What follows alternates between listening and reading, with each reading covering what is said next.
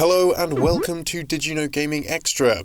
Today we'll be taking a look at Nintendo's ever so beloved, though perhaps ever so overused character, Mario. Nintendo's starlet Mario has made plenty of appearances over the years, though it can't be all too surprising to know that sometimes his presence can be overlooked. This is often because the product in question is either a regional exclusive or the game is simply not geared towards traditional fans of the Mario franchise, or even gamers at all really. We'll start with the earliest game in this episode, being released back in 1986, I Am a Teacher, Super Mario Sweater. More of a tool than a game, Super Mario Sweater was released for the Famicom Disk System and let players input their clothing's measurement sizes and then design sweaters.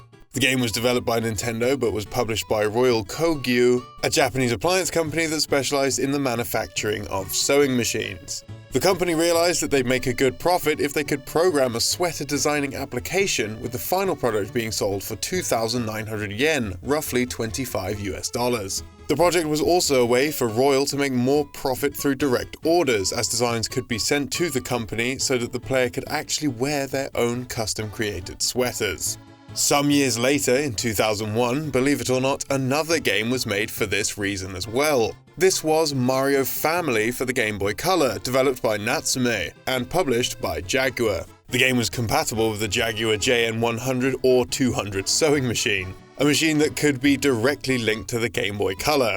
The game had 32 patents stored in its data. Interestingly, a cancelled spin-off called Kirby Family was also considered, being the same concept but with the Kirby series. Another interesting accolade of Mario Family is that it was the last Mario game to be released for the Game Boy Color. Jumping back though, and more towards what can actually be called a video game, over the years Mario has managed to wind up in a varied array of scenarios, with one of the more popular side jobs for the plumber being his racing career. However, while many believe Mario's first time behind the wheel was in 1992's Super Mario Kart on the SNES, it was actually much earlier. Famicom Grand Prix F1 Race released in 1987 for the Famicom Disk System, making it exclusive to the Japanese market. The player had the option of racing a Formula 1 car either alone on a track or against other Mario lookalikes. Each car had a certain volume of fuel and health, which would deteriorate when driving off-road or crashing into walls or other cars. Of course, the player can take a pit stop in order to refill their tank and make some repairs, a pit stop that happens to be filled with Mario lookalikes, though this will take up some time in the race. There was a sequel released a year later called Famicom Grand Prix 2 3D Hot Rally. This game, as the title suggests, is possible to play in 3D as long as the player wears 3D glasses. Mario and Luigi's involvement, however, remains only on the box. Another obscure Mario game references this cover, Super Mario Bros. And Friends When I Grow Up. This 1992 US exclusive digital coloring book for the PC included multiple pictures of Mario and the gang in different real-world situations. One of them was the cover of Famicom Grand Prix 2 3D Hot Rally, despite this game never being released in the US. Super Smash Bros. Ultimate actually has this artwork as an unlockable spirit, and Mario Odyssey has a mechanic outfit and hat for Mario in reference to artwork found in the game's manual. Another game which would fly under the radar came just a year later, also on the Famicom Disk System. Kayatakita Mario Bros. Or Return of Mario Bros. Released in 1988 and was an update to the existing Mario Bros. Game, as well as being the last Mario title published for the Famicom. There are only a few changes made to the original game. There are some new levels, the ability to change direction in midair, retained high scores, and the ability to register the names, age, and gender of players 1 and 2.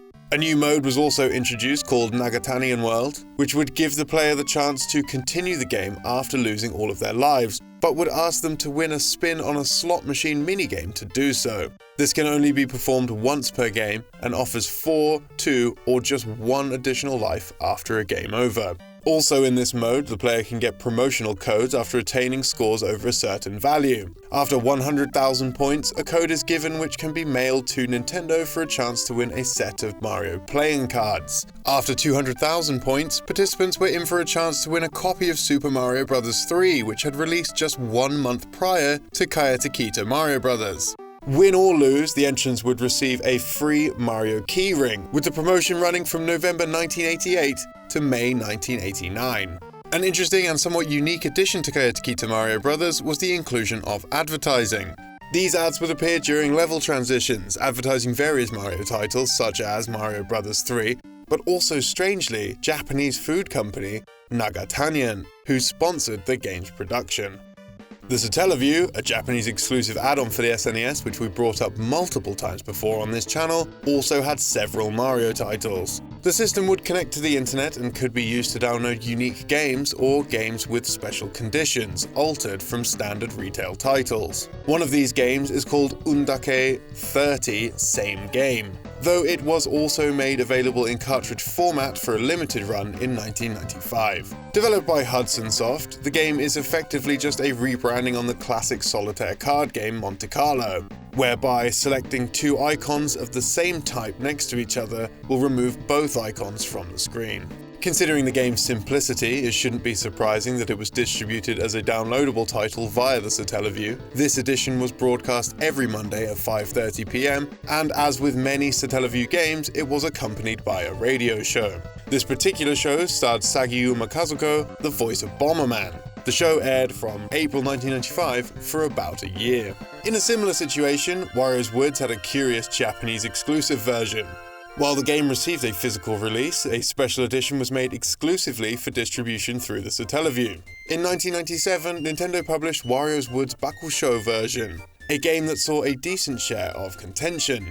The title, which plays exactly like Wario's Woods, which released on both the NES and the SNES internationally, but only on the Famicom in Japan, simply replaces various characters from the game with the comedy duo Bakusho Mondai. It was around this time that complaints that Nintendo was failing to deliver unique experiences with the Teleview service were commonplace, and this mildly altered version of a pre-existing title didn't help their case. The company distributed a second version of Wario's Woods on the service called Wario's Woods Again, making very few changes from the international SNES version, though lacking a couple of game modes and dialogue in the story's game mode. Birdo was still removed and replaced by a female Teleview avatar. The complaints surrounding the remakes and rebranding of the existing Nintendo games wouldn't stop with Wario's Woods, though this next title would be unique to their service and wouldn't be available in any other form on the SNES. Excitebike Bun Bun Mario Battle Stadium, as you can expect with its title, was an Excitebike remake, or sequel if you will, featuring a lineup of Mario characters. The game was developed by Nintendo and released in 4 different episodes, with Episode 1 featuring Mario, Luigi and Toad, Episode 2 adding Wario, Episode 3 adding Peach, and Episode 4 adding Yoshi, though removing Luigi for some reason. Non-playable races would be different coloured Koopa Troopers. What's interesting about this title was its exclusivity with the Teleview. The game would be a wholly new creation for the 16-bit era, and the only entry in the Excitebike series for the SNES, as it would be 3 more years before Excitebike 64's release. By exploring the game's data, it's also possible to find a bonus game mode which would ultimately go completely unused. The title also featured voice acting, with one of Charles Martinet's earliest appearances as Mario. Let's go! After Excitebike, Mario would return to a job that he'd taken part in before, as a member of a building wrecking crew. The original Wrecking Crew was released in 1985 for the NES as a launch title, but the game received a 16-bit sequel for the Super Famicom called Wrecking Crew 98. First as a downloadable title with the Nintendo Power Flashable cartridge service in January of 1998, then as a standard cartridge released in May later that year. The game sees Mario return from a trip outside the Mushroom Kingdom, only to find that Bowser has constructed new hideouts across the kingdom. As a result, his new buildings are blocking out the sun, depriving the landscape of sunlight. In a bid to counter this, Mario sets out to demolish the new hideouts with his trusty hammer. Along his journey, he encounters former adversaries from the original Wrecking Crew, including rival Foreman Spike. The game featured a full story mode, versus mode, and a tournament mode. Its premise is simple. Players break tiles to line up colours of 3 or more, whilst avoiding various hazards such as enemies that travel down the stage. It isn't quite the same as the original Wrecking Crew, but for those that wish to play that title, it has been bundled within the game as well. This game never had an international release due to the year in which it was released. Nintendo's different international divisions ended the publication of SNES games in 1997, a year prior to Wrecking Crew 98's release. From the Teleview to another peripheral that underperformed, the Nintendo e-reader was an attachment for the Game Boy Advance which let users swipe special cards through a scanner that interpreted the code. The add-on was mostly used for small additions to games like Super Mario Advance 4, where new levels could be added via the cards. Mario Party E was released in 2003 in both Japan and North America, and is a board game bundled with not just a playboard, but 64 cards for the e-reader.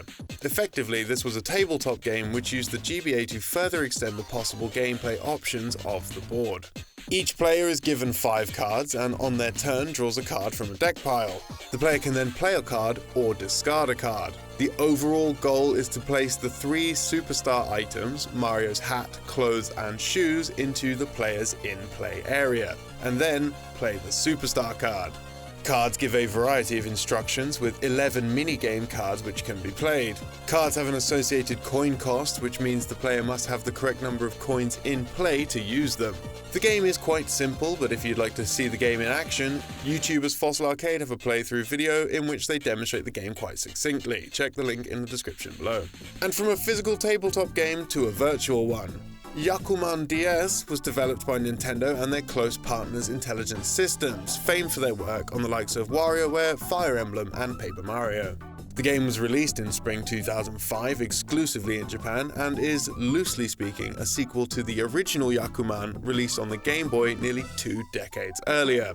The game is simply a Riichi Mahjong game with Mario and his friends shoehorned in, allowing for 4 players to go up against one another thanks to the DS's wireless connectivity.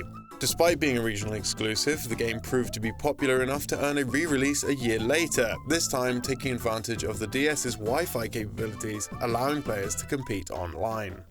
Hey, it's Quarantine Greg here, just interrupting this video to tell you that we're partnering with Panc1, the Pancreatic Cancer Canada Foundation. Pancreatic cancer affects more people than you might think, from everyday people to Jeopardy's Alex Trebek and even the late Alan Rickman. With an 8% survival rate, pancreatic cancer is considered a death sentence. In fact, death row prisoners have a better chance of surviving lethal injection than this form of cancer. The survival rate hasn't changed in 40 years due to lack of funding and research, and we need your help to change that. If you have any extra cash, please consider donating to the link in the description and help save lives with Panc1. Any dollar amount you can give helps. We should also note that we are not being paid to share this message, and we ourselves have donated to this cause. We want to thank you guys for all of your support and viewership, particularly at difficult times like this, and we just thought, we'd try and spread a little love, and we hope you enjoy the rest of the video. Carry on, non-lockdown Greg.